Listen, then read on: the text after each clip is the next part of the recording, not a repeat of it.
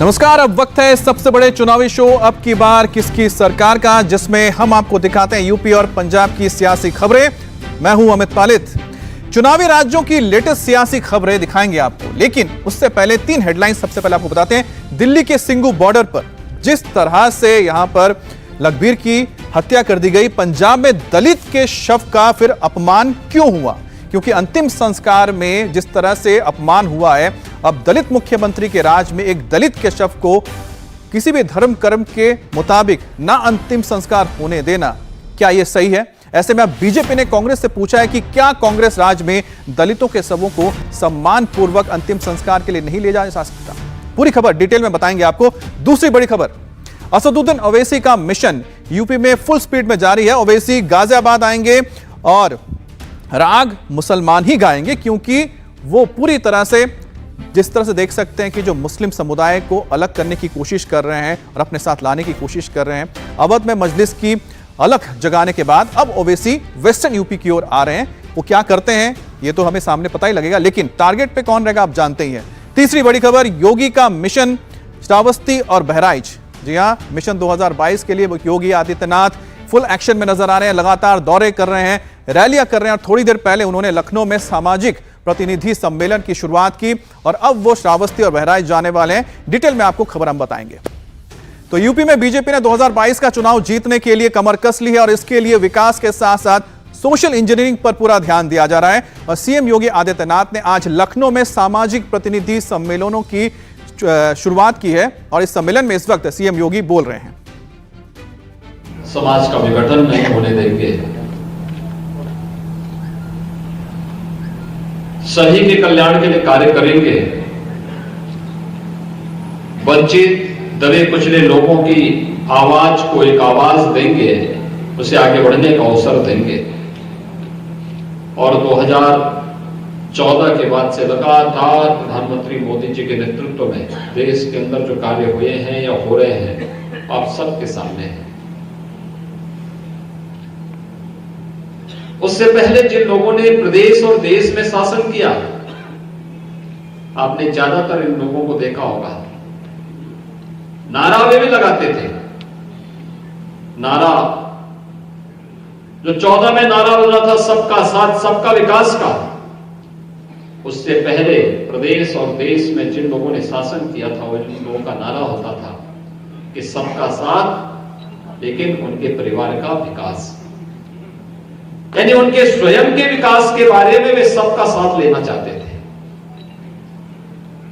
वे कभी भी उनका दृष्टिकोण परिवार से ज्यादा बढ़कर के नहीं, वो अपने स्वयं के परिवार का, स्वयं और स्वयं के परिवार के विकास के अलावा समाज और राष्ट्र के बारे में उनकी चिंता थी ही नहीं।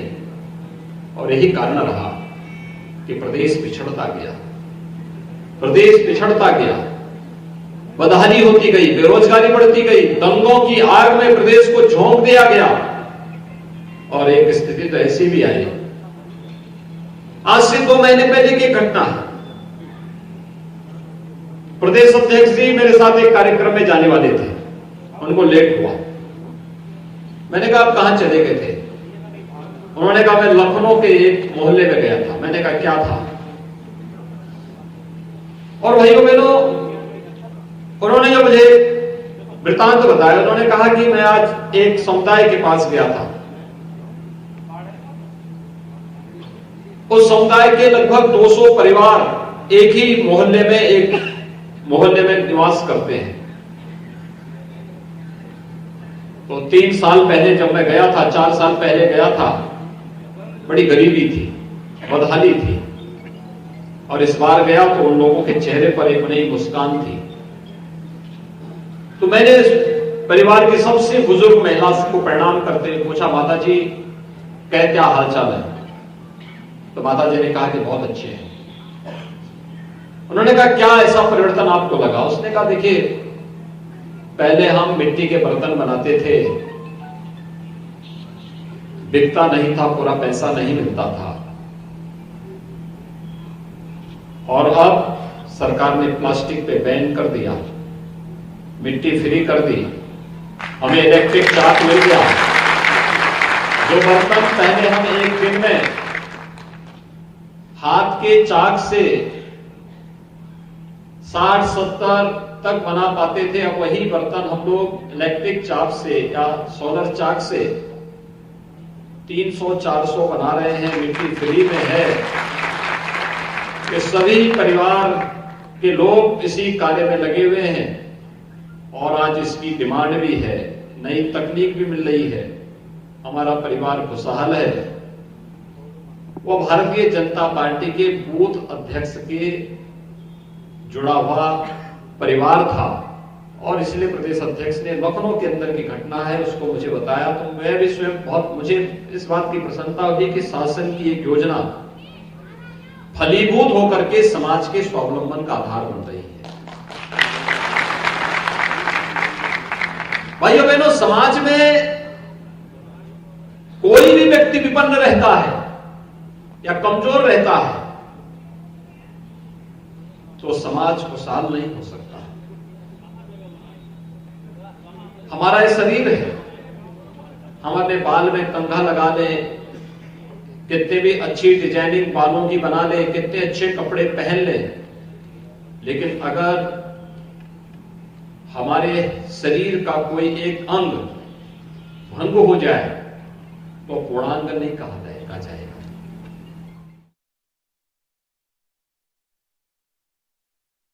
करनी है, जब आस्था का सम्मान करना है तब प्रदेश में कर्फ्यू लग जाता था।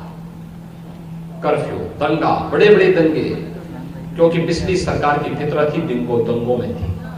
वे दंगाइयों को प्रश्रय देती थी, वे दंगाइयों को हर प्रकार से प्रश्रय देकर के आगे बढ़ाने का कार्य करते थे और प्रदेश में दंगों से बहुसंख्यक समाज प्रताड़ित तो होता था, झूठे मुकदमे दर्ज होते थे। जो मूर्ति बनाता था उसकी मूर्ति नहीं बिकती थी, जो दिया बनाता था उसके दिया तोड़ दिया जाता था और उसके बाद पर्व और त्योहार को अंधेरे में धकेल दिया जाता था। लेकिन भाइयों बहनों, विगत 4.5 वर्ष के अंदर आपने देखा होगा उत्तर प्रदेश में एक भी दंगा नहीं हुआ और दंगाइयों को पहले दिन से संदेश दे दिया गया, अगर दंगा करोगे तो अगली 7 पीढ़ी का पट्टा लिख करके जाना जो भरपाई करती रहेगी। तो मुख्यमंत्री योगी आदित्यनाथ ने क्लियर मैसेज दिया है कि अगर कोई दंगा करेगा तो श्राद्ध पुस्तें उसका उभरती रहेंगी, लेखा जोखा, ये साफ कहना है उनके लिए। और आगे बढ़ते हैं, बात करते हैं दिल्ली की। और दिल्ली के सिंगू बॉर्डर पर जिस तरह से दलित लखबीर की बेरहमी से हत्या कर दी गई, मार डाला गया, निहंगों ने बेअदबी के आरोप में हाथ पैर काटकर उसकी हत्या कर दी। अब उसके मौत के बाद अंतिम संस्कार पर भी सवाल खड़े हो गए हैं, क्योंकि बीजेपी ने दलित के शव के अपमान का आरोप लगाया है और बीजेपी का आरोप है कि अंतिम संस्कार में शव का सम्मान तक नहीं होने दिया गया।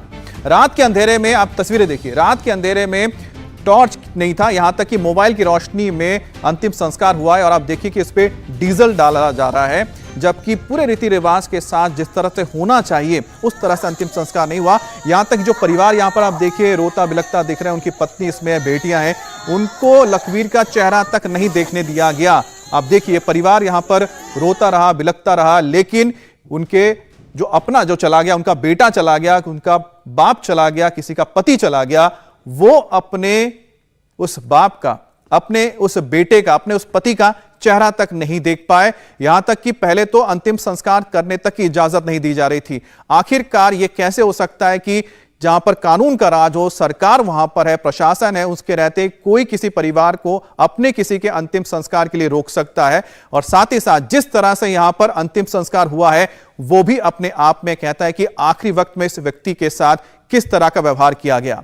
इसे लेकर बीजेपी नेता अमित मालवीय ने सोशल मीडिया पर लिखा है कि 35 साल के दलित लखबीर सिंह, जिन्हें बेरहमी से मार डाला गया, रात के अंधेरे में आनन फानन में मोबाइल टॉर्च की रोशनी में उनका अंतिम संस्कार होता है।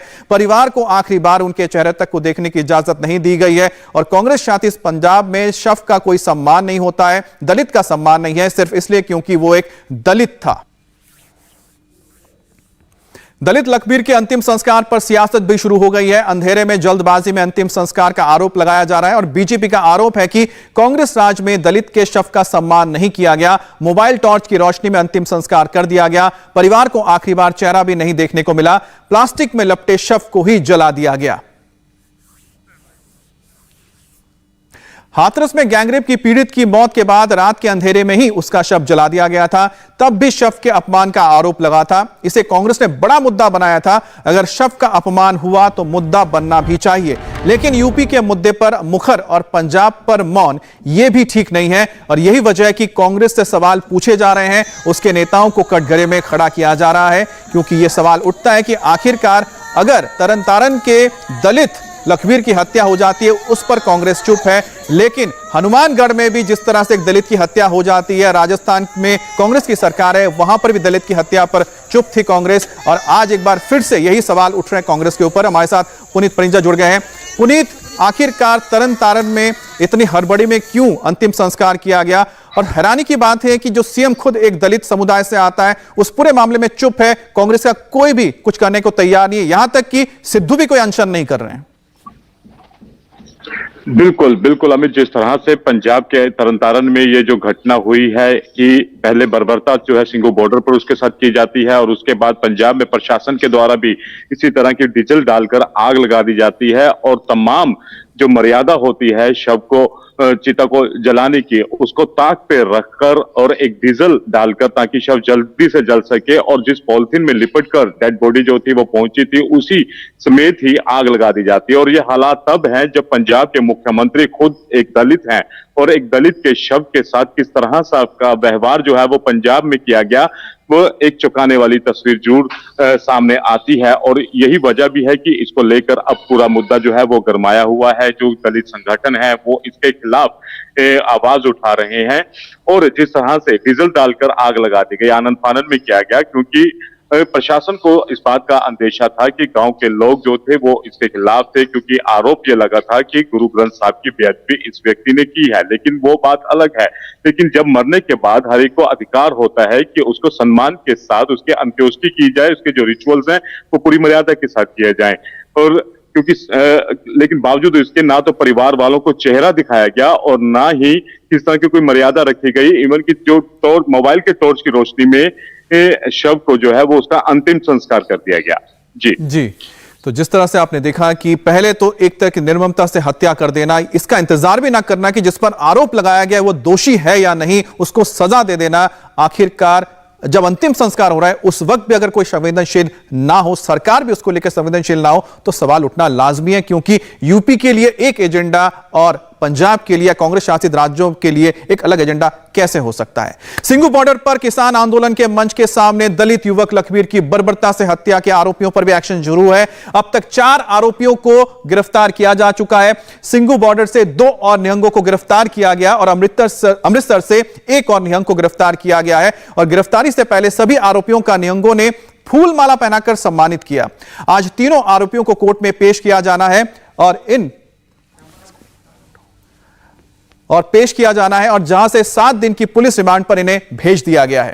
तो ये तस्वीरें आप देख रहे हैं कि किस तरह से जो निहंग थे, जो आरोपी हैं, उन्हें फूल माला पहनाकर जब सरेंडर करने जा रहे थे तब उनके साथियों ने विदा किया। सबसे पहले सिंघू बॉर्डर से ही आपको सरबजीत सिंह को गिरफ्तार किया गया, उसके बाद नारायण सिंह ने अमृतसर में सरेंडर किया, इसके बाद सिंघू बॉर्डर से ही 2 और निहंगों को गिरफ्तार किया गया था। तो सरबजीत सिंह सिंघू बॉर्डर से गिरफ्तार हुआ था, पहली गिरफ्तारी हुई थी। उसके बाद नारायण सिंह अमृतसर में इसने सरेंडर किया था, यह तस्वीर है नारायण सिंह की। इसके अलावा बाकी और 2 लोगों को, जिनके नाम आपको बता रहे हैं हम, जिनको गिरफ्तार किया गया। तो सरबजीत पहले, इसके अब तक यानी कि 4 लोगों की गिरफ्तारी हो चुकी है। और सिंघू बॉर्डर पर बर्बर मर्डर के खिलाफ एक्शन का अब तक का अपडेट आपको बता देते हैं। दलित युवक की बर्बर हत्या के कैसे कार्रवाई होती है। दलित युवक की बर्बर हत्या हुई, उसके बाद कार्रवाई हो रही है। इसमें लखवीर सिंह की हत्या हुई थी, जिसमें 4 आरोपियों को गिरफ्तार किया गया था। इसके साथ ही हरियाणा पुलिस ने अभी तक 2 निहंगों को सरेंडर करने के बाद गिरफ्तार किया है। और सिंघू बॉर्डर पर निहंग के भगवंत और गोविंद, ये 2 और नाम जिसको आपने बताए हैं, तो एक कुल 4 लोग इसमें गिरफ्तार हुए हैं। तो कुल मिलाकर इस पर एक्शन तो किया जा रहा है, लेकिन सबसे बड़ी बात है कि आखिरकार सच्चाई निकलकर सामने आएगी कि आखिर हुआ क्या था उस रात को, जो आरोप लगाए गए और जिस आरोप के तहत हत्या कर दी गई लखबीर सिंह की, और इस पर चुप क्यों है अभी भी पंजाब सरकार, यह लगातार पूछा भी जा रहा है। अमृतसर में नारायण सिंह के सरेंडर से पहले उसका जबरदस्त स्वागत हुआ था, उसको एक हीरो की तरह पेश किया गया, जो आप इस वक्त देख रहे हैं स्क्रीन पर। किस तरह से पेश किया गया आप देखिए, और यह बताता है कि आखिरकार कानून को हाथ में लेना और किसी की निर्मम तरीके से हत्या कर देने के बाद भी अगर यही रवैया है तो अपने आप में इस सोच के ऊपर सवाल उठाया जाता है। आगे बढ़ते हैं, आपको बताते हैं कि आगे और क्या चीजें हुई हैं। इस दौरान भीड़ नारायण सिंह जिंदाबाद के नारे लगा रही थी, और इसके साथ ही जो वीडियो वायरल हुआ है उसमें नारायण सिंह को नोटों की माला पहनाई गई। इसके अलावा उसको सरोपा भेंट किया गया, और लोगों में इस बात का जरा सा भी मलाल नहीं दिखा कि आखिरकार नारायण सिंह जो है एक मर्डरर है, एक आरोपी है, और वहां पर मौजूद भीड़ जयकारे लगा रही है। और मर्डर के आरोपी निहंग नारायण सिंह ने मीडिया से भी बातचीत की वहां पर। जो ਤੁਸੀਂ ਦੀ ਲੱਤ ਵੱਡੀ ਤੇ ਉਹ ਮਰ ਗਿਆ, ਫਿਰ ਉਹਨੂੰ ਉਸ ਤੋਂ ਬਾਅਦ ਅੱਧਾ ਪੌਣਾ ਘੰਟਾ ਜਿੰਦਾ ਰਿਹਾ ਹੋਰ ਤਾਂ ਕੋਈ ਵਾਰ ਨਹੀਂ ਕੀਤਾ ਕੋਈ ਨਹੀਂ। ਉਸ ਤੋਂ ਬਾਅਦ ਜਿਹੜਾ ਗਿਆ ਤਾਂ ਉਹਨੂੰ ਕਿੱਦਾਂ ਪਤਾ ਲੱਗਾ ਵੀ ਉਹਨੇ ਵਾਕਈ ਬੇਅਦਬੀ ਕੀਤੀ ਹੈ? ਵੇਖੋ ਜੀ, ਸਾਰਾ ਉੱਥੇ ਘੱਟ ਤੋਂ ਘੱਟ ਨਹੀਂ ਤੇ 200-400 ਬੰਦਾ ਇਕੱਠਾ ਆਇਆ ਸੀ, ਤੇ ਗੁਰੂ ਗ੍ਰੰਥ ਸਾਹਿਬ 2 ਲੈ ਕੇ ਉਹ ਭੱਜ ਗਿਆ ਸੀ। ਇੱਕ ਗੁਰੂ ਗ੍ਰੰਥ ਸਾਹਿਬ ਕਿੱਲਾ ਜਾ ਕੇ ਤੇ ਉਹਨੇ ਚਰਖਤੇ 'ਚ ਸੁੱਟਤਾ, ਦੂਜਾ ਗੁਰੂ ਗ੍ਰੰਥ ਸਾਹਿਬ 2 ਕਿੱਲੇ ਗਾਂ ਲੈ ਗਿਆ, ਪਰ ਸਪੀਡ ਬੜੀ ਉਹਦੀ। ਉਹ ਸਿੰਘ ਜੋ ਦੱਸਦੇ ਆ, ਉਹ ਉਹਨਾਂ ਨੇ ਸਿੰਘਾਂ ਨੇ ਫੜ ਲਿਆ। ਜਦੋਂ ਗ੍ਰੰਥ ਸਾਹਿਬ ਫੜ ਕੇ ਇੱਕ ਸਿੰਘ ਨੇ ਜਿਹੜਾ ਹੁਣ ਗ੍ਰਿਫਤਾਰੀ ਦੇ ਦਿੱਤੀ, ਉਹਨੇ ਉਸ ਵੇਲੇ ਦਾ ਗੁੱਟ ਲਾਤਾ। अब निहंगों को कहना है कि गुरु ग्रंथ साहिब की बेअदबी हुई है, ऐसे में मजबूर होकर उन्हें कानून हाथ में लेना पड़ा। पहले की गई बेअदबियों पर अगर कार्रवाई हुई होती तो आज ये नौबत नहीं आती, ये कहना है इनका। लेकिन क्या इनको इंतजार नहीं करना चाहिए था आखिरकार कि वाकई में जिस पर आपने आरोप लगाया है वो दोषी है या नहीं? जे अज साडे गुरु ग्रंथ साहब महाराज दे उत्ते ये हमला होया, गुरु साहब की बेअदबी उस दुष्ट ने करी, तां सानू मजबूरन देखते हुए हालात ये ਸਿੰਘਾਂ ने उन्होंने सौदा लाया, कानून हत्थ दे विच लिया। राजनीति ना होवे, गुरु ग्रंथ साहब दी बेअदबियां दा सानू इंसाफ दिता जावे। जे गुरु ग्रंथ साहब महाराजियां दा इंसाफ 15 बरगाड़ी मोर्चे तो लेके हुण तक जिन्नियां बेअदबियां होईयां ने सानू सिखां नू इंसाफ दिता हुंदा, सानू की लोड़ सीगी फिर ये कानून हत्थ दे विच लैण दी। अगर आप यहां पर किसानों को मुद्दे को लेकर प्रदर्शन कर रहे हैं, जो निहंग बता रहे हैं ना कि अगर उनको इंसाफ मिला होता तो उनको कानून हाथ में लेने की जरूरत नहीं थी, फिर यहां पर जो किसान बैठ के प्रदर्शन कर रहे हैं उसी तरह से आपको भी प्रदर्शन करना चाहिए था। अभी भी कानून में हाथ में लेना क्या जायज है? ऐसे में आरोपियों पर कार्रवाई के साथ साथ सवाल भी उठते हैं बहुत सारे कि अब हत्या की एफआईआर में SC/ST एक्ट भी जोड़ा गया है। लखबीर की हत्या पर अनुसूचित जाति आयोग ने भी सख्त रुख अख्तियार किया है, और आयोग के अध्यक्ष विजय सांपला ने पंजाब में सरकार के ऊपर और साथ ही DGP से भी यह बात की है, और साथ ही इस बर्बर हत्या के लिए किसान नेताओं को भी जिम्मेदार ठहराया, क्योंकि किसान संयुक्त मोर्चा की जिम्मेदारी है जहां पर यह हुआ है, पूरी घटना हुई है, यहां से वो जिम्मेदारी से पल्ला नहीं झाड़ सकते हैं। और इस बीच 15 दलित संगठनों ने SC आयोग के चेयरमैन सांपला से मुलाकात की है और दलित की हत्या को लेकर कार्रवाई की मांग की, और साथ ही साथ यह मुद्दा सुप्रीम कोर्ट तक भी अब पहुंच चुका है। और पंजाब की राजनीति से इस वक्त एक बड़ी खबर आ रही है। नवजोत सिंह सिद्धू ने सोनिया गांधी को एक चिट्ठी लिखी है, और सिद्धू ने सोनिया गांधी को 2022 विधानसभा चुनाव के मैनिफेस्टो के लिए 13 सूत्री एजेंडा थमा दिया है, और सिद्धू ने एजेंडे को मैनिफेस्टो में शामिल करने के लिए भी मांग की है। तो चिट्ठी लिखी है सोनिया गांधी को, जिसमें एक 13 एजेंडा तैयार किया गया मैनिफेस्टो के लिए, और यह सजेस्ट किया गया है सिद्धू की ओर से सोनिया गांधी को, ताकि आने वाले जो इलेक्शन है 2022 में इसको मैनिफेस्टो में शामिल किया जा सके। इंडिया टीवी हर वक्त हर जगह डाउनलोड करने के लिए सर्च करें India TV news Google play store या ऐप स्टोर पर।